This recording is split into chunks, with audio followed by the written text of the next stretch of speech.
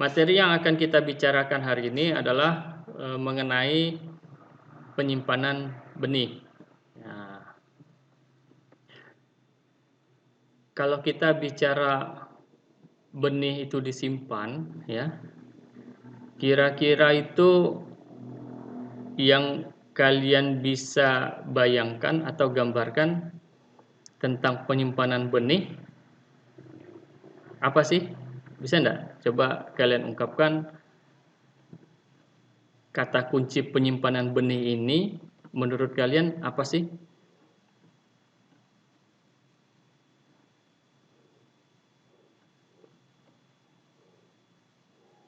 Kalau saya kasih ilustrasinya, kalian punya tabungan enggak?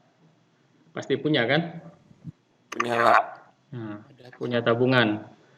Berupa uang atau emas? Uang, Pak. Uang. Nah, karena sekarang ini musim emas yang apa? Ada setengah gram, 1 gram kan? Nah, apa tujuan kalian menyimpan uang itu?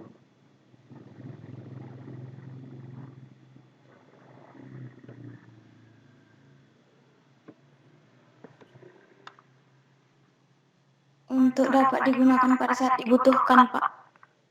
Untuk dapat digunakan pada saat dibutuhkan. Iya, Pak. Nah, berarti ini uangnya sifatnya safety saja ya, nganggur kan? Kalau tidak Iya, Pak. dipakai, simpan. Ada yang lain? Ada yang menabung itu tujuannya untuk apa? Investasi masa depan, Pak. Oh, investasi masa depan. Apa tuh masa depannya tuh? Siapa tahu ke depannya lebih butuh uang, Pak, dari sekarang. Oh, saya tuh tertarik kata investasinya tadi itu. Berarti sudah direncanakan ini uang akan digunakan untuk apa kan? Itu investasinya, ya. Artinya bukan untuk memenuhi kebutuhan yang mendadak. Kalau temanmu tadi itu kan menyimpan uang untuk siapa perlu nanti diperlukan. Nah, itu kan keperluannya nanti mendadak. Nah, kalau kamu investasi, kalau investasi itu kan sudah ada perencanaan akan digunakan apa uang yang kamu simpan. Nah, bukan lagi bicaranya untuk memenuhi kebutuhan yang mendadak. Oke. Apalagi yang lain? Atau tidak punya tabungan? Malahan punya utang kali ya enggak? Yang lain?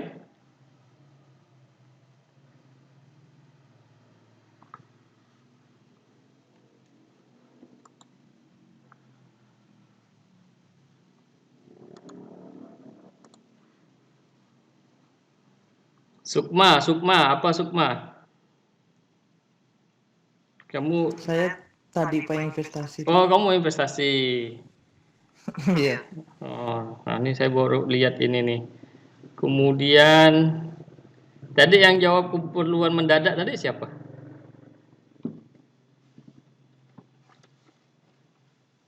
Saya, Pak, Tota, Pak. Tota. Tota Selvia, Pak. Oh, Tota Selvia. Oke.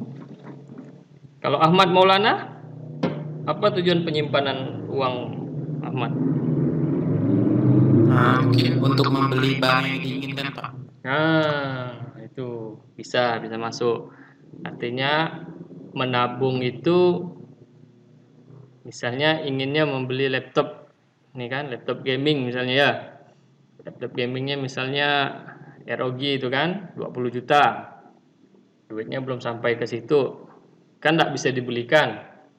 Jadi kamu menabung sampai uangnya cukup baru membeli barang tersebut, misalnya kan?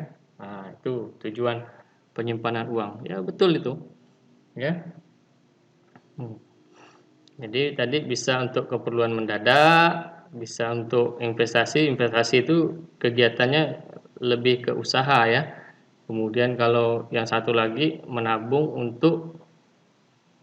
sampai cukup untuk dapat membeli barang itu. Betul. Nah, kalau kita kaitkan dengan benih, penyimpanan benih, apa kira-kira tuh? Nah, kalau bicara dengan uang kan tadi udah bisa. Nah, sekarang kalau untuk benih gimana? Fedi Ananda?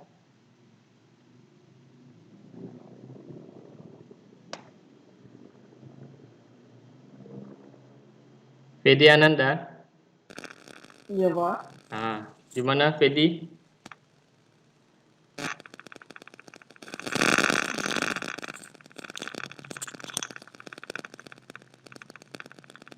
Apa kira-kira tuh? Udah 38 orang ya.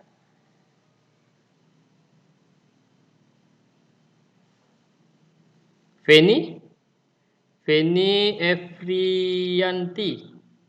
Nah, sekalian saya sambil sebut-sebut namanya lah ya, biar kenal nih. Untuk menjaga biji agar tetap dalam keadaan baik, Pak.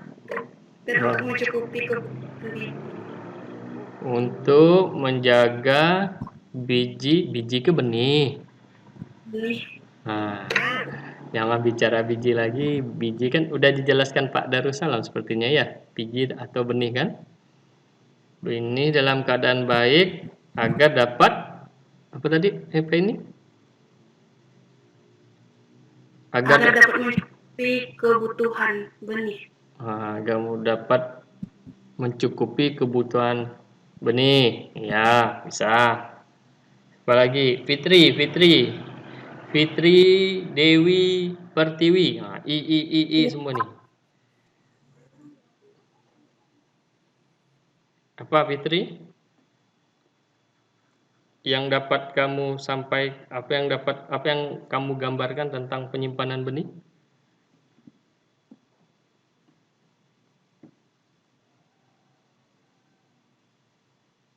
Kenapa ya benih itu disimpan gitu kan? Menyediakan benih untuk disimpan di musim tanam berikutnya, Pak. Untuk apa? Gimana? Untuk disimpan. Untuk disimpan di musim tanam berikutnya. Oh. Untuk dipergunakan pada musim tanam berikutnya kali ya. Kalau untuk disimpan pada musim tanam berikutnya disimpan lagi jadinya kan? Iya, Pak. Kapan ditanamnya kan disimpan lagi. Oke, ya itu betul ya.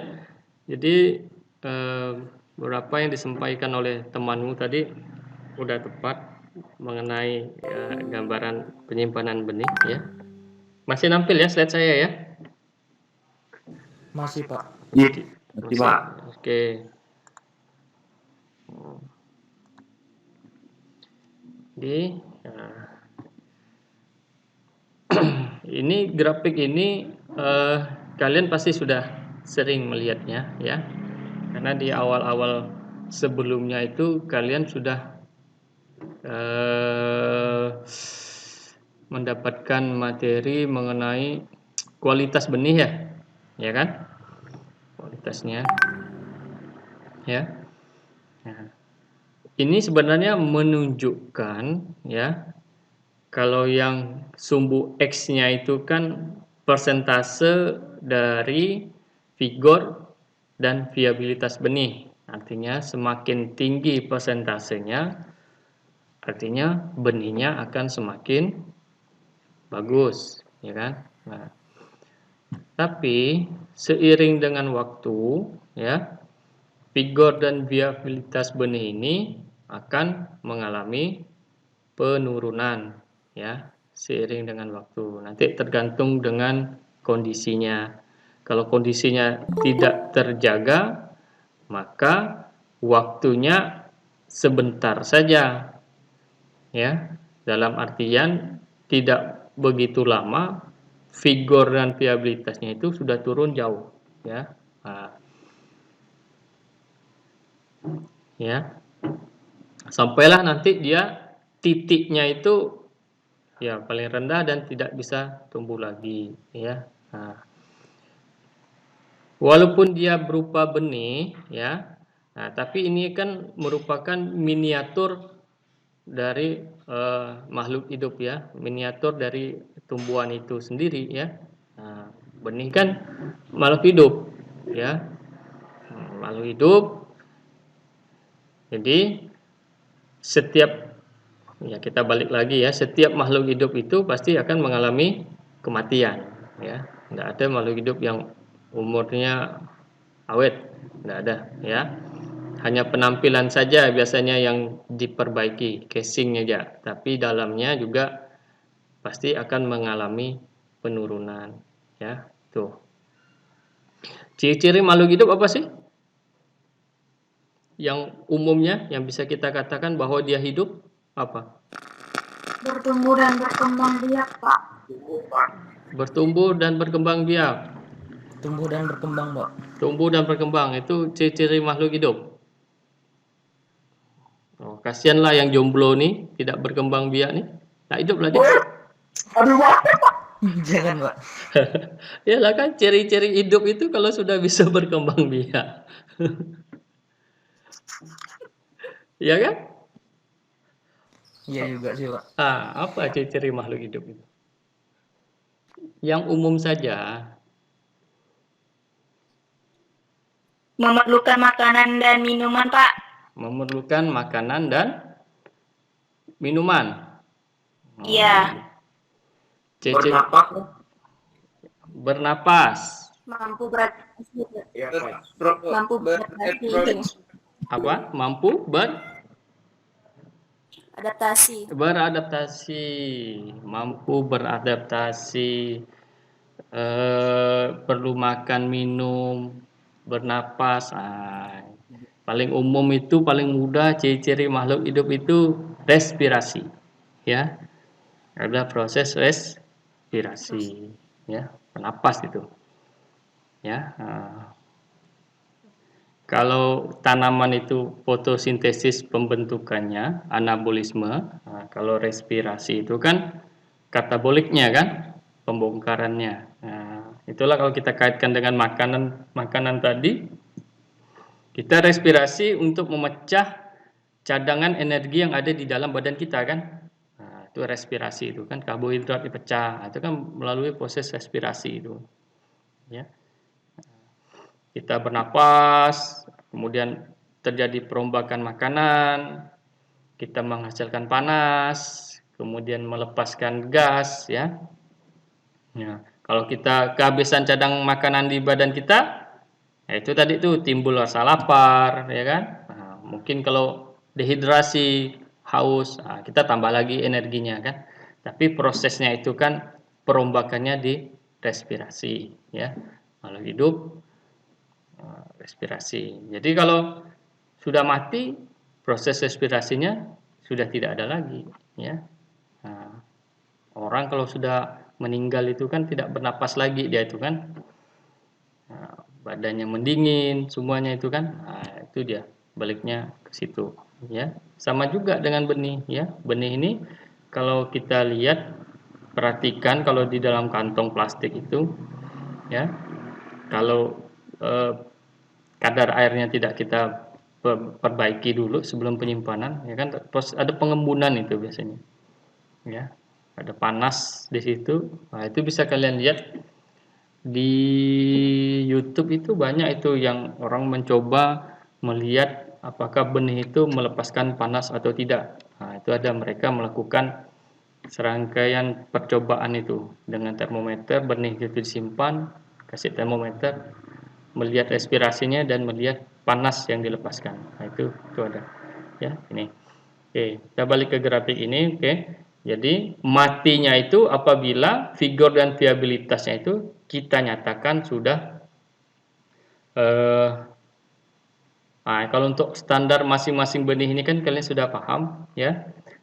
Minimal itu kan 80% ke atas itu bisa kita gunakan sebagai bahan tanaman kan. Kalau di bawah 80% itu sudah kualitasnya tidak baik.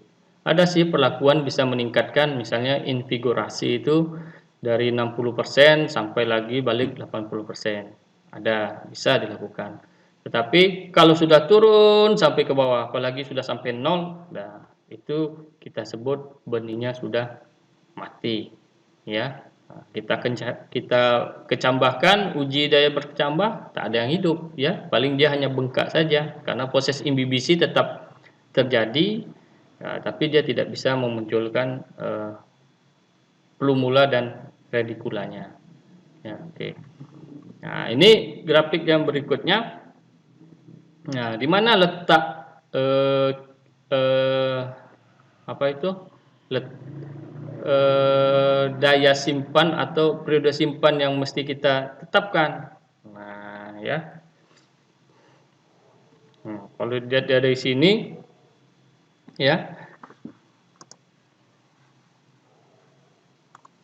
Nah,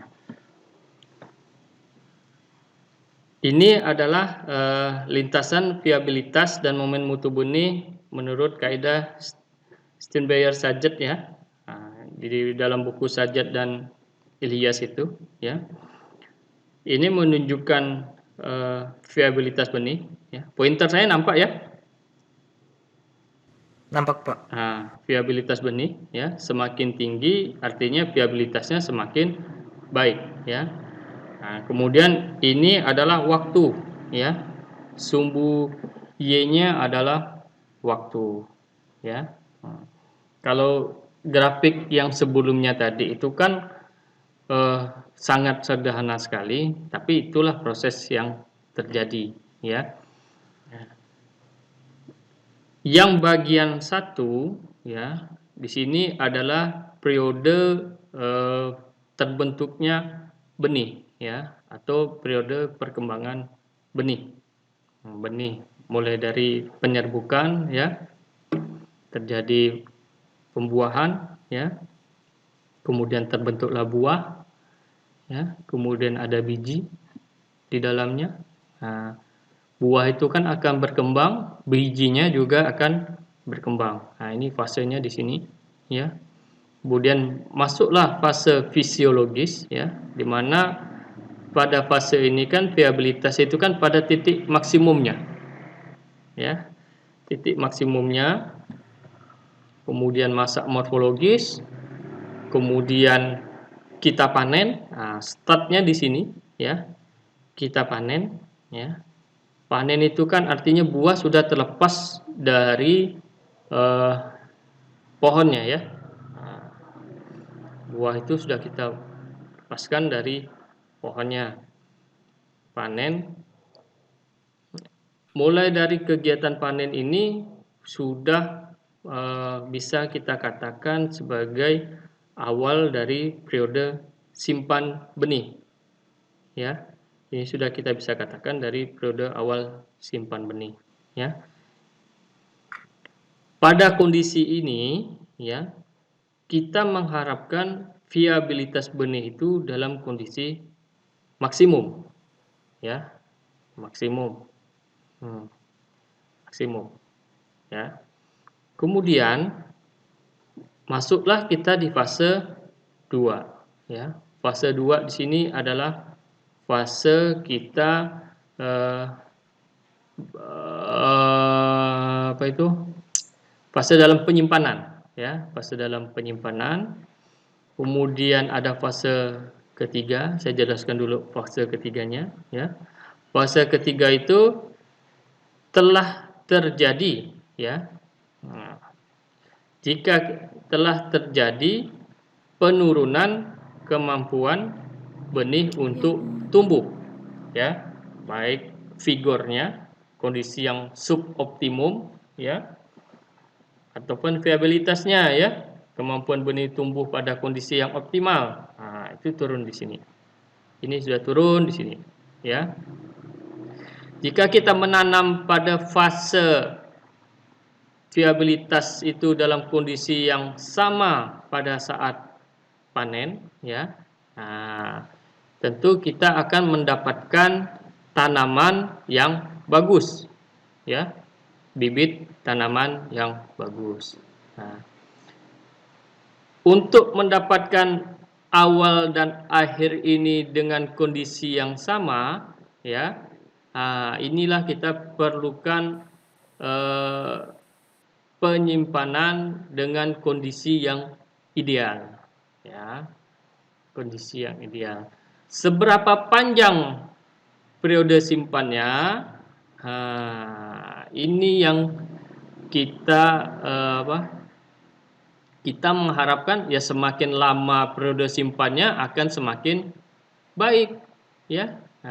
Semakin lama benih itu disimpan semakin baik. Artinya semakin panjang landai fase kedua, ya, berarti penyimpanan kita akan semakin baik.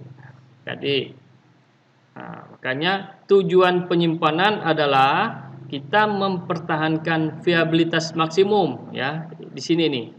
Ya, kita mempertahankan viabilitas maksimum, ya, sepanjang mungkin, atau ya sesuaikan dengan periode simpan.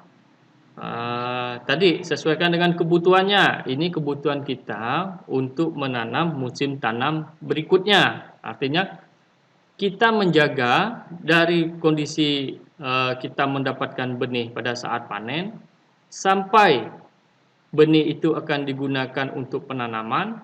Ini kondisi viabilitasnya masih keadaan maksimum. Itu dia di situ, ya.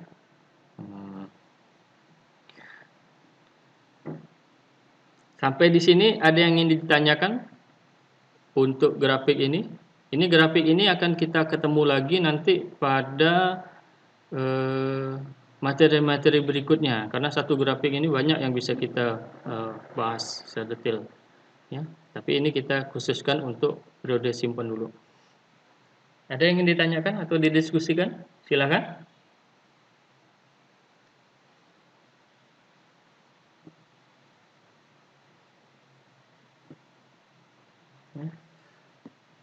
Nah, kalau saya buat garis besarnya seperti ini, ya, benih mulai terbentuk, ya, diikuti dengan meningkatnya viabilitas, ya. Sampai benih itu terbentuk dengan sempurna, maka viabilitasnya pada kondisi yang maksimum, ya, kondisi yang maksimum, ya. Sebenarnya kalau kita langsung melakukan penanaman, ya, kita menyampingkan dulu faktor misalnya dormansi after ripening atau apa, ya, karena kondisinya maksimum, ya.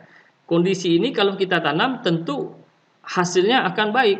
Karena apa? Karena viabilitas benihnya tinggi, ya.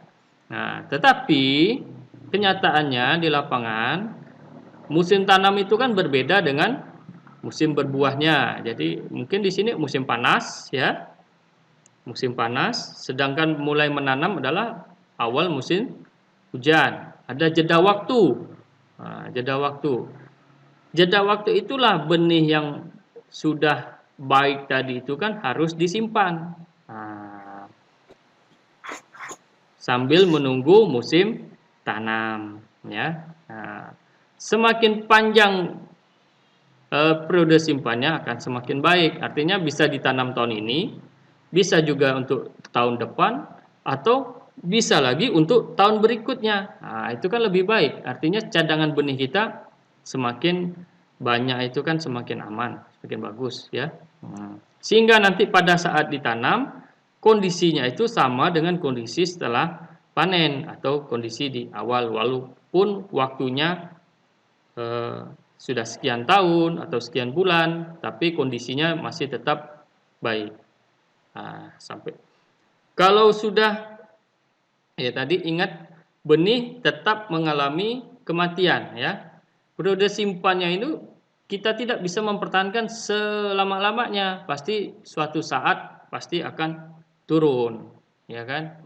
Pasti akan turun, ya. Oke. Jelas enggak yang saya sampaikan untuk grafik ini?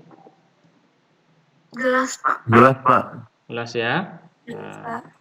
Untuk standarnya itu masing-masing benih berbeda, ya. Tapi kalau kita ambil rata itu 80% lah, ya. 80% itu sudah batas minimal. Ya, kalau kurang dari 80% itu kalau dalam kegiatan sertifikasi benih, ya, kalau daya bertambahnya kurang dari 80%, ya udah tidak layak untuk dijual, ya, karena tidak memenuhi standar. Itu untuk masing-masing benih kamu bisa download saja di ISTA atau di dinas di web tanaman pangan dan perkebunan itu ada itu masing-masing di situ, ya. SNI-nya sudah ada. Ya, oke. Kita lanjut ke slide berikutnya. Ya. Jadi ada beberapa pertimbangan kenapa kita melakukan penyimpanan benih, ya. Nah, ini tadi pertimbangan kita memperpanjang periode kedua itu kenapa? Kan periode 2 tadi itu adalah periode dalam penyimpanan, ya. Pertama, banyak jenis yang buahnya masak pada permulaan atau pertengahan musim kemarau, ya. Nah, sedangkan untuk musim tanamnya adalah misalnya di awal musim penghujan. Artinya untuk musim saja itu kan kita ada jeda waktu. Jeda waktu itulah jika kita tidak memperhatikan faktor penyimpanannya, nah, nanti benih kita akan mengalami penurunan lah, akan rusak lah, ya, itu. Makanya kita perlu melakukan penyimpanan dengan kondisi yang baik, ya. Kemudian ada beberapa jenis tanaman yang buahnya itu tidak sepanjang tahun, ya. Buahnya tidak sepanjang tahun. Nah, biasanya ini berbuah itu kan biasanya dipengaruhi oleh pencetusnya itu, ya. Biasanya panas itu kan. Nah, tahun ini kita panasnya agak kurang, ya. Lebih banyak hujannya. Nah, tidak ada kemarau kita tahun ini, ya. Hujan terus. Nah, sekarang saja ini hujan nih, ya kan? Hujan terus. Nah, sehingga buah itu bunga tidak terbentuk. Bunga tidak terbentuk, ya buah tidak akan terbentuk, ya. Nah, kalau saya bisa prediksi, mungkin tahun ini susah kita nak makan durian atau langsat, ya. Ada Pak jual Pak durian, ada, tapi itu buahnya sedikit, harganya tinggi, ya. Kalau tahun lalu durian itu kan banyak sekali itu, melimpah itu durian. Karena apa? Karena musim panasnya panjang, ada pencetusnya, ya kan? Kalau musim ini banyak hujannya, ya tidak terbentuk bunga biasanya, ya. Nah, kalau saya perhatikan mangga di depan rumah saya saja ini, kalau tahun lalu itu buahnya banyak, ya, melimpah. Saya hitung itu satu pohon itu bisa sampai 40-an buah, ya. Nah, kalau musim ini hanya dapat 6 buah saja, ya. Nah, yang bisa saya makan satu, sisanya sudah diambil orang tengah malam. Nah, rezeki dia lah, ya. Kita kelihatan hanya dapat lihat proses terbentuknya saja. Nah, padahal masih hijau sudah dipanen, ya. Maklumlah, mungkin kata istri saya biarkan lebih, mungkin istrinya ngidam kali, pengen makan mangga hijau tapi tidak pakai bilang, nah, kan? Nah, iyalah kali ya, saya bilang. Nah, ya. Artinya buah tidak terbentuk, tidak ada benih kan? Nah, tapi kalau kita ingin menanam, makanya kita mengandalkan benih yang kita simpan. Nah, makanya ada jaga-jaga tadi, ya. Nah, tadi salah satu fungsi menjaga uang itu ada kebutuhan yang tak terduga, ya. Nah, atau kita mengalami kegagalan panen. Nah, bisa saja kan kegagalan panen. Misalnya kalau kita bicara benih, kita usahakan benihnya itu adalah benih yang unggul, ya. Benih yang unggul, benih yang bersertifikat. Nah, kecuali kalau tanaman lokal atau padi lokal.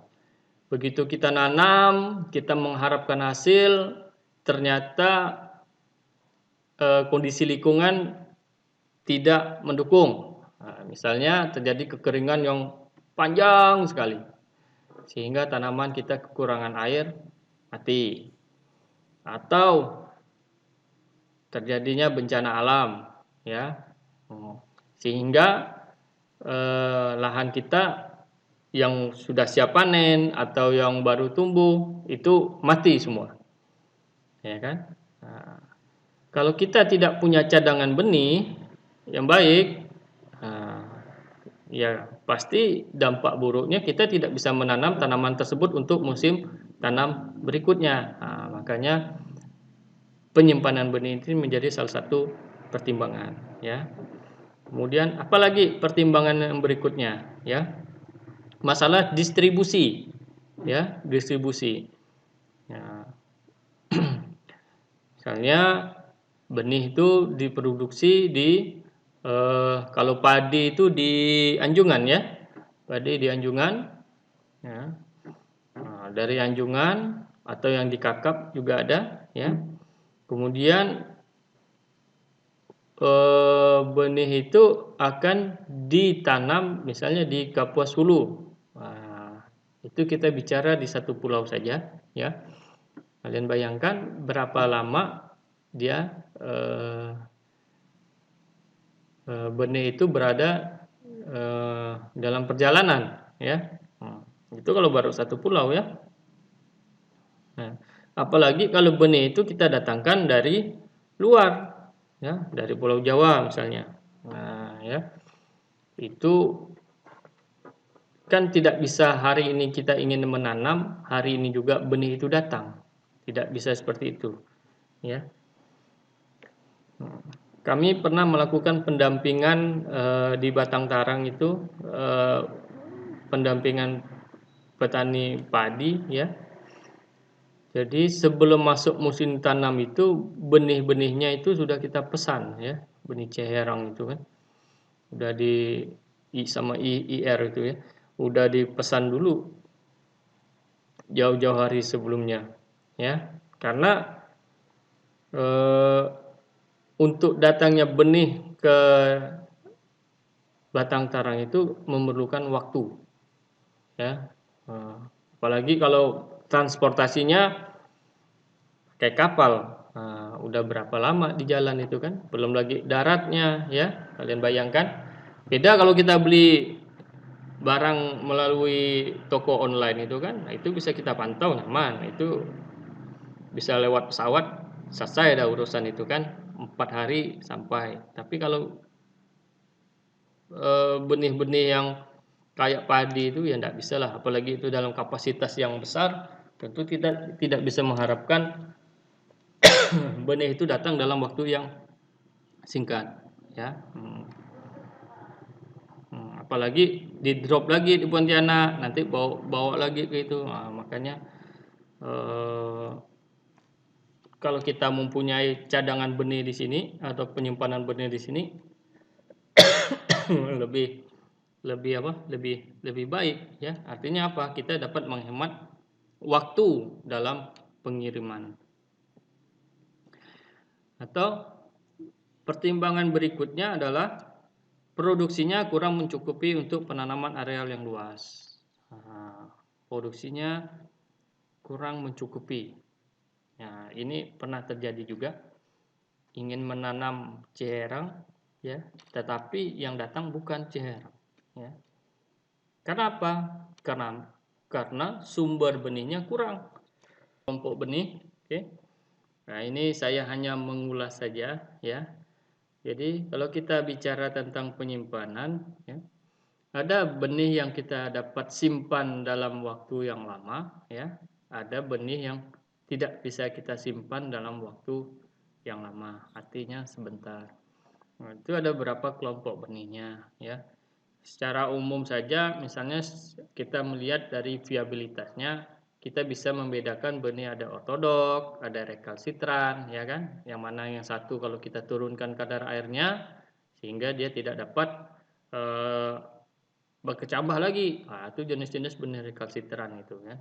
Tapi kalau benih ortodok itu benih yang pada umumnya lah ya. Kalau recalcitrant itu memang agak terbatas. Kemudian berdasarkan umurnya ya ada benih yang mikrobiotik. Nah, artinya tidak dapat disimpan lebih dari 3 tahun. Nah, ya, kedelai, paya ya. Biasanya benih kacang-kacangan ini agak daya simpannya agak lebih pendek ya dibandingkan yang karbohidrat itu ya. Nah, karena dia proses respirasinya kemudian kandungan minyaknya tinggi sehingga cepat menurun dia.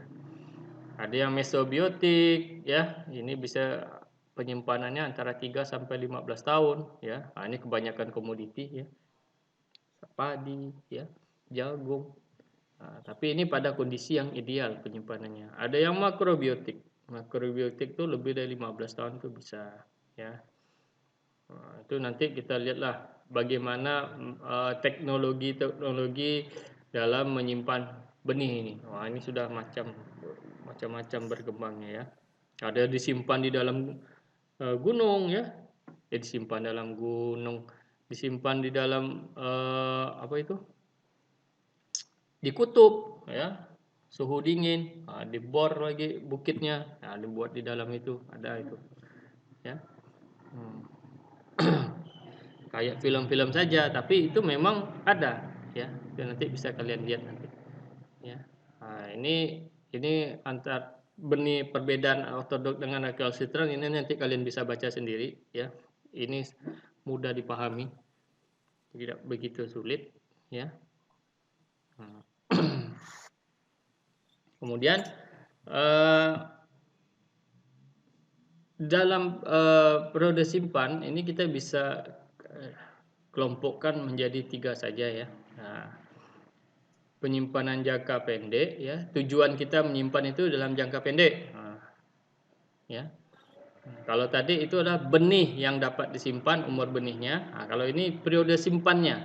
Nah, kita melakukan simpan itu untuk jangka pendek kah, jangka menengah kah, atau jangka panjang ya. Kalau jangka pendeknya itu bisa kita simpan 1 sampai 9 bulan. 1 sampai 9 bulan. Ya. Kemudian yang jangka menengahnya sampai 2 tahun ya.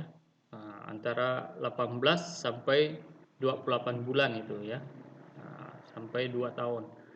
Kalau jangka panjangnya itu 3 sampai 10 tahun ya. Untuk kita bisa menyimpan apakah dia jangka pendek, jangka menengah, jangka panjang ya. Tentu tidak didasarkan berapa lama saja kita menyimpannya ya. Misalnya kita panen padi di musim ini ya. Kita simpan di dalam gudang ya. Kemudian udahlah aku mau nyimpan untuk jangka pendek ya. Artinya maksimal 9 bulan nih masih bisa nih. Udah. Pas 7 bulan udahlah mau sampai 24 bulan ya. Hanya keinginan saja tanpa didukung dengan perangkat perlengkapan untuk penyimpanan benih atau gudang benih. Itu tidak bisa ya. Tidak bisa. Kalau kita sudah menargetkan ini untuk jangka menengah, ini untuk jangka panjang, tentu didukung dengan infrastrukturnya, gudangnya ya. Untuk jangka pendek mungkin kita hanya memerlukan gudang pada umumnya saja ya. Tidak dilengkapi dengan ventilator, tidak dilengkapi dengan penjaga suhu kelembapan ya. Karena tujuan kita hanya jangka pendek ya.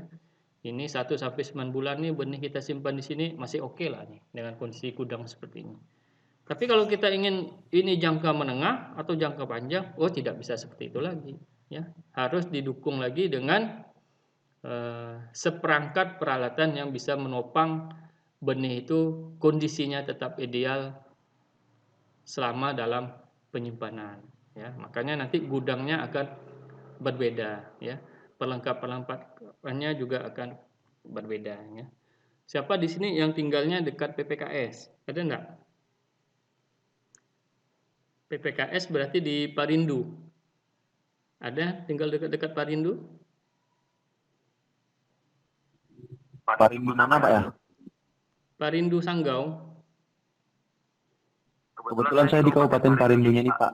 Oh, kamu pernah ke PPKS?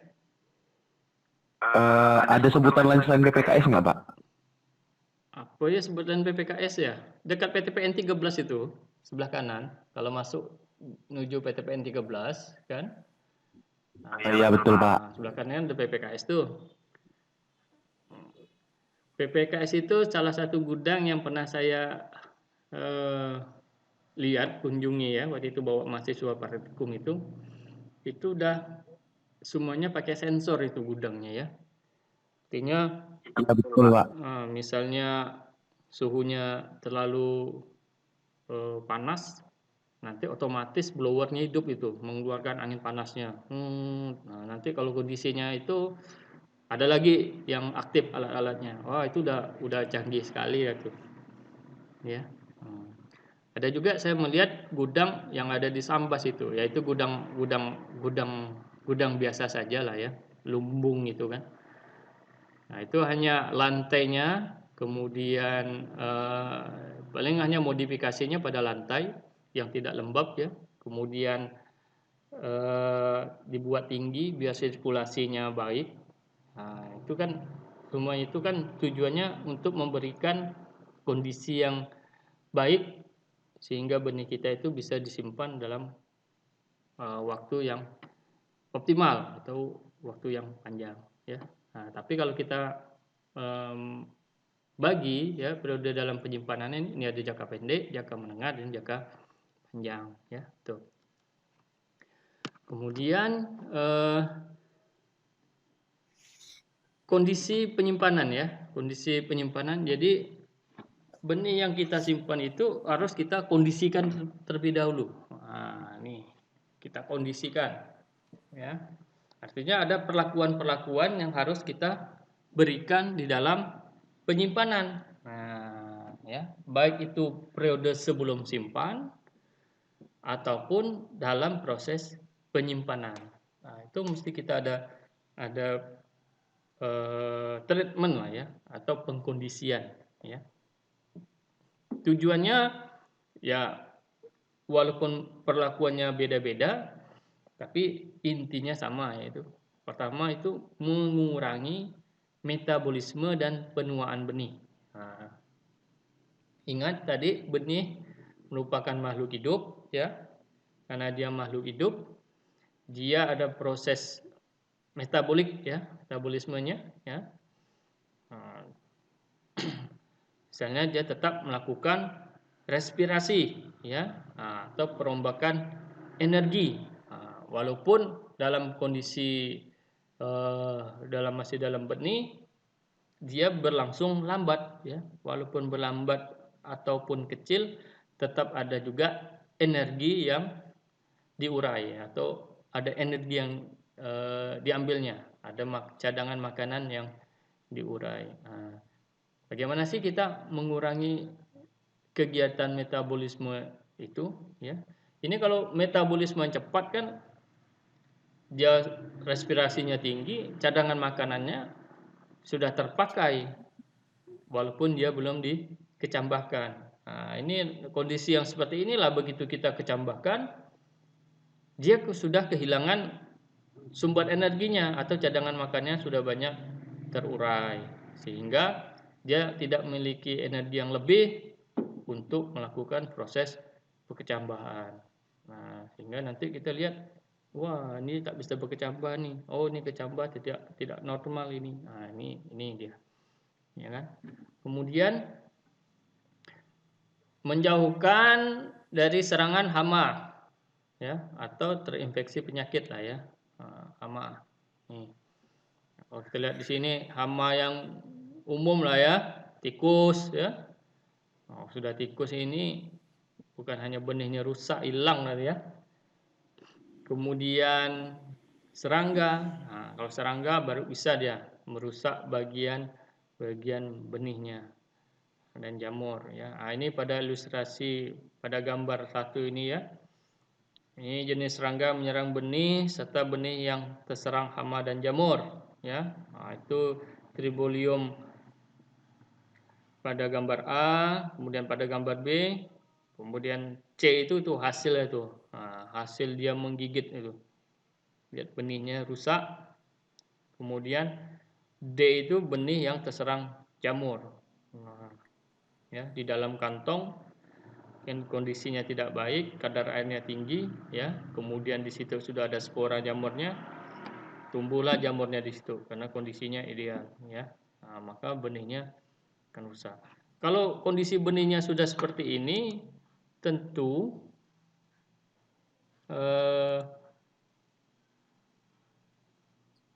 tidak bisa kita harapkan lagi dia bisa disimpan dalam jangka yang panjang ya. Langsung kita tanam pun belum tentu ini ya, bisa tumbuh dengan baik ya. Ini hasil penelitian Heri Prabowo, kemudian Sri Adhika Darsi dan Nur Asbani ini ya. Nah, dia meneliti serangan hama dan jamur pada periode simpan ya. Nah, jarak pagar ini. Nah, ini kita bisa bandingkan ya, benih yang terserang oleh jamur, kemudian benih yang terserang oleh hama, kemudian ada pembandingnya, kontrol ya. Nah, ini kita bisa lihat ya. Yang paling parah itu adalah yang terserang oleh jamur ya. Nah, terserang dari jamur ini. Ini kita lihat nilainya paling rendah semua ini ya. Kontrolnya 66, dB-nya ini hanya 1,33% saja ini ya. Oke. Kemudian terserang oleh hama ya. Panjang hipokotilnya juga sama ya, yang bisa 8,35 cm, yang terserang oleh jamur itu 3 cm saja ya. Kalau hama masih dapat 7 ya. Panjang hipokotilnya ya, panjang akar, kemudian berat keringnya ya. Nah, ini ya, dampak serangan jamur hama ya dalam penyimpanan. Sehingga begitu kita tanam, ya inilah yang terjadi penurunan. Sehingga dampak-dampak inilah yang harus kita hindari. Bagaimana nanti dalam penyimpanan itu kondisinya menjadi lebih baik. Nah, ini grafiknya ya. Jadi setelah diteliti tidak hanya mempengaruhi jumlah kecambahnya ya, tidak hanya mempengaruhi dB-nya, daya berkecambahnya ya, tetapi juga mempengaruhi KCT-nya ya. Tidak hanya mempengaruhi dB, tetapi KCT juga ikut terpengaruh ya. dB itu daya berkecambah. Kalau kita lihat ini warna ini ya, kontrol ya. Kontrol itu di hari kelima saja ya. Nah, ini dB-nya ini kan, dB-nya meningkat seiring nih kan. Di hari kelima benih itu sudah mulai berkecambah ya. Benih sudah mulai berkecambah hari kelima ya. Tetapi yang terserang oleh hama ini bisa berkecambah mulai dari hari ke-6 ya. Hari ke-6 atau hari ke-7 lah mulai nampaknya ya. Ke-6 kan sudah mulai naik ya. Ini hari ke-5, hari ke-6 atau ke-7 sudah mulai naik. Nah, sedangkan oleh jamur itu baru bisa berkecambah itu hari ke-11 ya. Nah, bayangkan kalau kondisi yang baik dia hari kelima, dB-nya hari kelima, KCT-nya tinggi di sini, semakin ke sini kecepatan tumbuhnya akan semakin turun ya. dB-nya turun, KCT-nya juga turun ya. Nah, kondisi seperti ini nih makanya itu sekarang banyak perlakuan-perlakuan pada penyimpanan benih sehingga benih itu terjagalah kondisi viabilitas optimumnya ya. Nah, itu ya tujuan tadi. Ingat tujuan kita mempertahankan viabilitas optimumnya selama mungkin. Nah, Bagaimana cara untuk menjaga dia tetap tinggi dan waktu yang panjang? Nah, inilah sampai sekarang itu masih macam-macam perlakuan penelitian benih itu ya. Menggunakan media apa atau menggunakan bahan apa sehingga benih itu periode simpannya panjang, kemudian viabilitasnya tetap maksimal ya. Sampai di sini ada yang ingin ditanyakan? Ada yang ingin ditanyakan?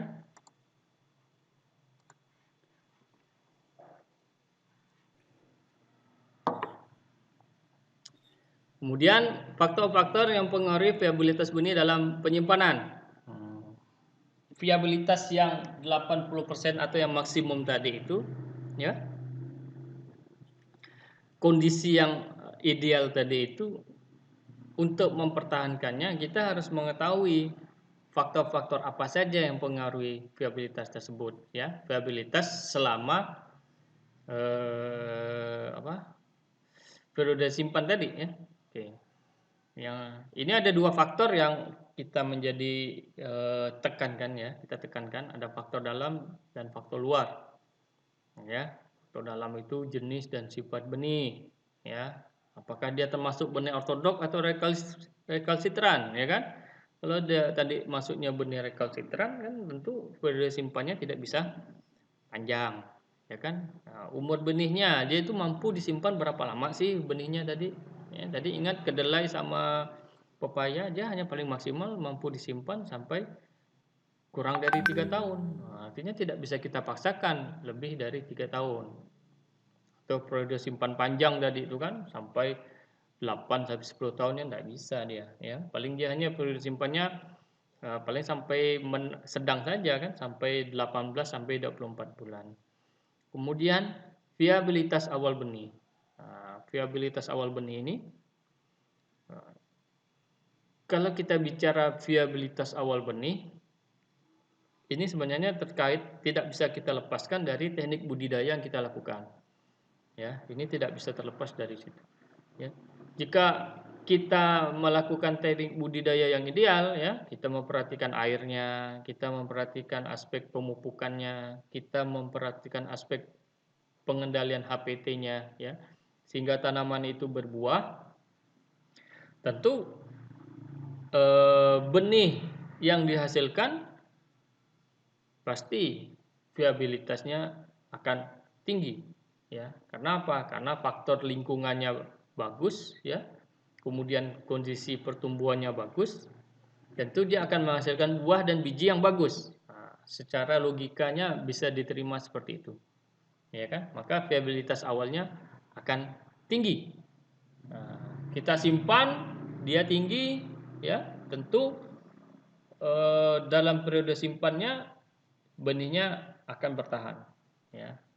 Beda apabila di kondisi tanamannya, ya waktu kita nanam periode kritis tanaman dia memerlukan air, kita mengalami musim kemarau. Kita tidak bisa melakukan penyiraman, ya.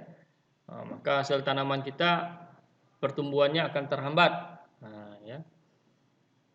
Atau defisiensi unsur hara, ya. Kita tanam, tumbuh, hidup, tetapi dia kekurangan unsur hara, ya kan? Sehingga buah dan biji yang dihasilkan, nah itu buahnya bisa tidak besar, tidak menarik, benihnya juga bisa kemungkinan viabilitas awalnya juga rendah ya. Nah, ini kalau kita simpan, ini kita simpan nih. Ya, kita tidak tahu apa viabilitas awalnya memang sudah rendah.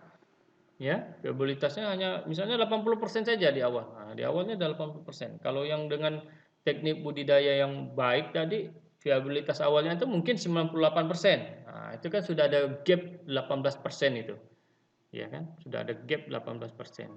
Nah, yang 80% tentu jangka simpannya itu, periode simpannya itu, jangka waktu yang dapat kita simpan ya tidak bisa lebih panjang dibandingkan yang kondisi awalnya yang 98% ya.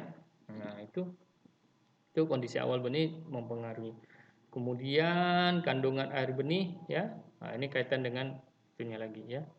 Kemudian faktor luar, suhu, kelembapan, gas sekitar benih, dan mikroorganisme. Nah, ini ya. Nah, ini ini terbalik ya, faktor luar dulu ya, enggak apalah ya.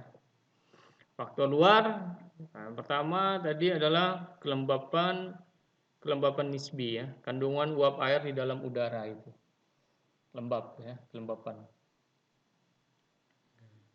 Ingat benih itu kan sifatnya kan higroskopis itu.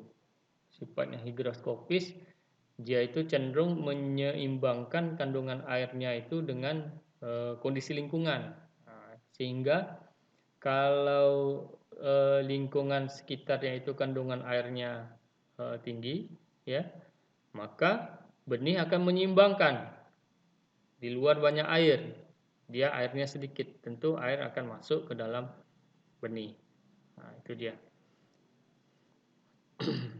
Kalau kandungan air benihnya meningkat, ya respirasinya akan meningkat, perombakan bahan cadangan akan meningkat, sehingga periode simpannya akan menjadi pendek. Nah, kaitannya seperti itu. Meningkatnya temperatur udara mengakibatkan daya ikat uap air juga meningkat. Nah, ini dia, udah sifatnya tadi higroskopis ya. Nah, kemudian ada lagi temperatur udaranya yang meningkat, nah, ya, sehingga benih tadi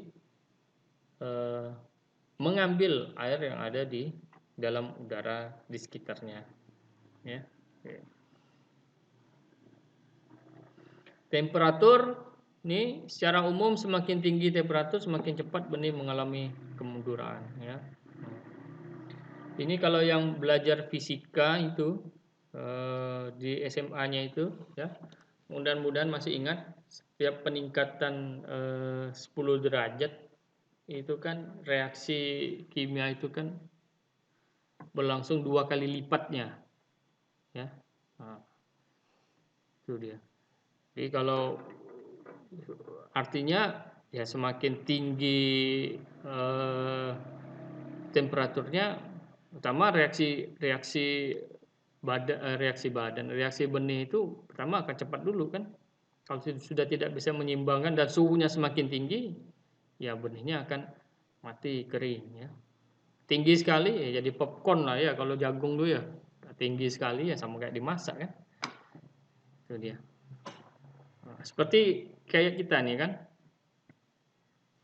Kalau kita badan kita ini kan kalau sekarang ini kan kondisinya enak nih. Artinya kalau di tempat tinggal saya lah Sungai Jawi ini mendung ya. Nah, jadi aktivitas kita ya tidak begitu ya, nyaman lah ya, kondisinya nyaman. Beda kalau panas kan. Nah, kalau panas itu reaksi badan kita tentu akan menyesuaikan itu kan. Gerah lah, berkeringat lah. Nah, itu kan menunjukkan bahwa metabolisme kita tuh meningkat itu. Ya, metabolisme kita meningkat. Ada penyesuaian-penyesuaian ya. Kita mengeluarkan keringat ya, mencoba mendinginkan tubuh ya. Nah, sehingga kita mengeluarkan keringat. Kan mekanismenya seperti itu. Ya. Tapi ada juga yang bilang, Pak, tapi dingin tuh Pak, metabolismenya meningkat gak Pak? Cepat lapar katanya kan. Nah itu lain lagi ya. Artinya kita perlukan energi untuk menghangatkan. Nah, jadi cepat lapar jadinya ya. Nah, ya. Tapi ada beberapa hal yang perlu diperhatikan ya. Nah, pada penyimpanan suhu rendah ya, ini ada beberapa keuntungan ya. Ya, artinya serangan hama dengan jamur itu bisa lebih ditekan ya, karena makhluk kan hama kan makhluk hidup juga. Kalau kita simpan pada kondisi yang 0 derajat mati juga dia kan. Apalagi kalau di bawah suhu yang dingin, suhu dingin ya, beku itu kan. Ada misalnya nitrogen itu kan, simpan dalam nitrogen lah ya. Nah, itu nanti kalian bisa baca lah itu di bagaimana teknik orang menyimpan benih dalam bank benih itu, seed bank itu. Ya. Kemudian kondisi fisik benih. Nah, Ini sebagian besar kerusakan mekanis tidak terdeteksi secara nyata, ya. Kerusakan mekanis ini yang perlu kalian sadari, ingat bahwa benih ini kan tidak pernah kita bicarakan satu persatu, ya. Tapi benih ini kita bicarakan dalam satu kumpulan atau lot benih, ya. Lot benih. Satu lot, misalnya satu kantong, satu karung, atau 100 butir. Nah, itu kita bicarakannya itu benih satu lot.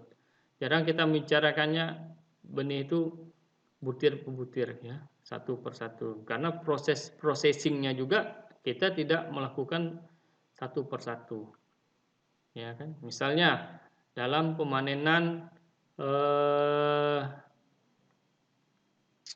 padi misalnya kan, nah, menggunakan mesin perontok. Nah, kan mesin perontok kan menggunakan alat mekanis itu, atau menggunakan manual, misalnya diinjak, dipukul sehingga gabahnya jatuh, ya kan. Nah, kalau itu kita simpan, ya, nah, kita sulit untuk mendeteksi kerusakan mekanis yang ada pada benih, kecuali benih itu ukurannya besar. Contohnya misalnya benih kelapa sawit. Nah, benih kelapa sawit ukurannya besar, bisa kita lihat situ. Tapi pun kalau keretakan, nah, kita agak sulit juga ini, kecuali kalau sudah pecah. Kalau sudah pecah sih bisa kita lihat secara kasat mata kan. Tapi kalau benih itu retaknya berapa persen lagi, ya sulit kita untuk melihatnya. Ya, atau benih itu mengalami tertindih atau tertekan dengan beban yang berat, nah, sehingga strukturnya menjadi penyok misalnya kan, atau menjadi tidak seperti biasanya. Nah, itu kan sulit untuk kita mendeteksinya, ya. Nah, kalau fisiknya saja sudah rusak, ya tentu akan berefek pada kondisi di dalam benihnya, ya. Kondisi di dalam benih, ya, cadangan makanannya, jaringan yang ada di dalam, ya. Nah, sehingga itu kalau kita simpan, ya, tentu dia sudah tidak dalam kondisi yang sempurna lagi. Nah, bisa jadi nanti dia tidak bisa disimpan dalam waktu yang panjang, ya. Kemudian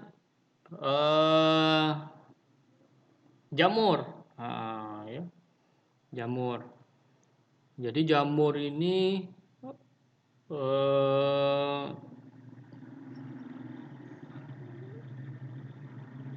sudah dari lapangan sih sebenarnya jamur ini sudah menempel, ya, sudah menempel, tetapi dia belum pada kondisi yang ideal untuk berkembang, ya.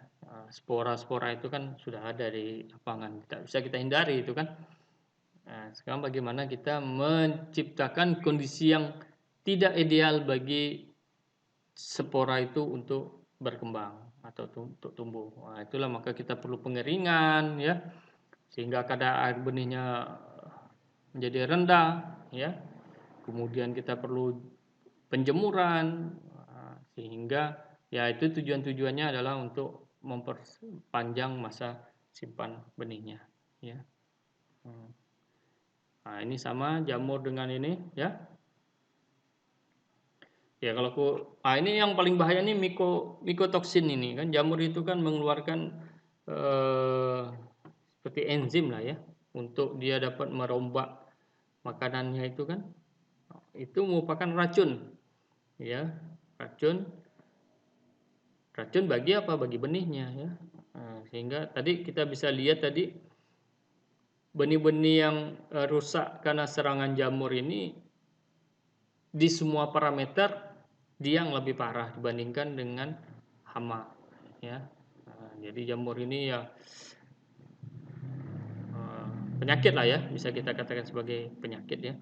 Penyakit itu kan disebabkan oleh jamur kan, bakteri, virus, kan, itu kan penyakit itu. Kemudian serangga, ya, meningkatkan temperatur, kadar air dan CO2, kemudian memakan benih, ya. dari proses respirasinya CO2 pasti akan meningkat ya. Kadar air ya. Kadar air itu kalau misalnya dia merusak kantong penyimpanan kita misalnya. Nah, kan kantongnya dirusak ya. Artinya kondisi mikroklimat di dalam kantong itu sudah tidak terjaga lagi, sehingga dia akan menyesuaikan dengan kondisi di luar kantong. Nah, kalau kondisi di luar kantong tadi kelembapannya tinggi, ya akan masuk ke dalam dia kan, sehingga kadar air bisa meningkat.